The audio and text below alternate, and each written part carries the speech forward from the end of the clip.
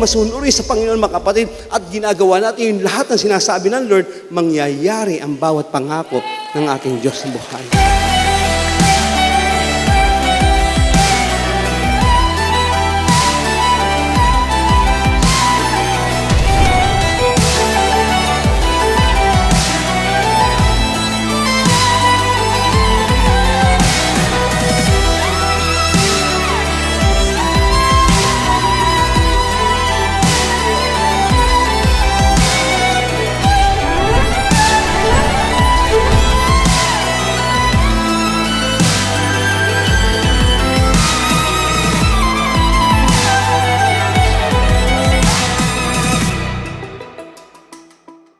Kasi sa pagsunod, lugod na lugod ang ating Diyos na buhay. Alam niyo bakit? Kasi ang pagsunod, proof, patunay, pruweba na tayo may pananampalataya sa Diyos, mga kapatid. Yan, tandaan natin, dapat ang salita ng Diyos, lahat sinusunod natin, mga kapatid. Kapag yan ang nakita ng Diyos, dyan lugod na lugod ang Panginoon. At dyan natin mapapakilos ang himala, ang pagpapagaling, ang pagpapala, ang mga ikangay galawan ng Panginoon sa ating buhay. The world waits for a miracle. The heart longs for a little bit of hope. Oh come, Emmanuel. The child prays for peace on earth, and she's calling out from a sea of hurt. Oh come, Emmanuel. And can you hear the angels singing? Glory to the light of the world. Glory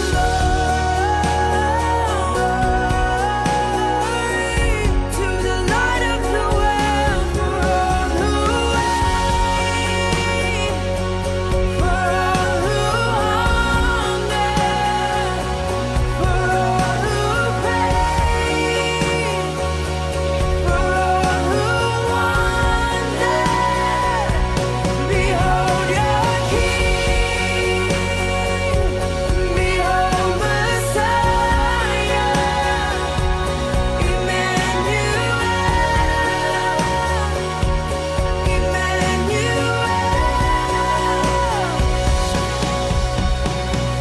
Kapag sinusunod natin, mga kapatid, ang utos ng Panginoon, mga kapatid, lagi nating kasama ang Panginoon hanggang katapusan ng mundo, hanggang ating kamatayan, hanggang doon sa langit, magiging kasama natin ang Diyos. To the light of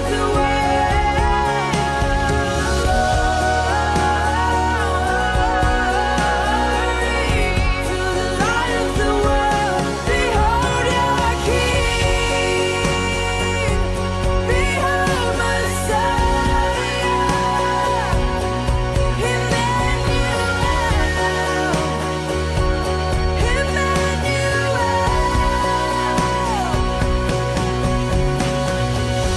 The world waits for a miracle.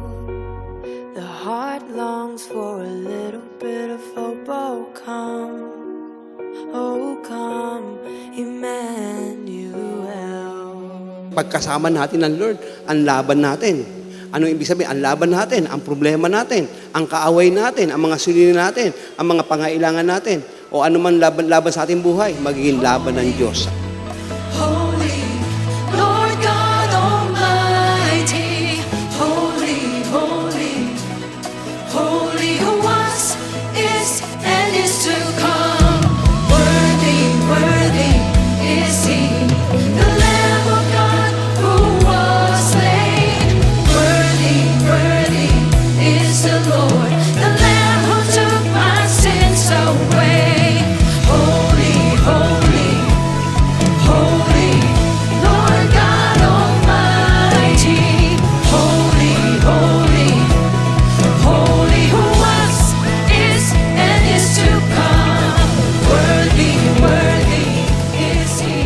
sabi ng Biblia, apart from me, you can do nothing. Kung hiwalay kayo sa akin, wala kayong magagawa. Kaya dapat lagi natin kasama ang Panginoon. Dumugtong tayo sa Panginoon.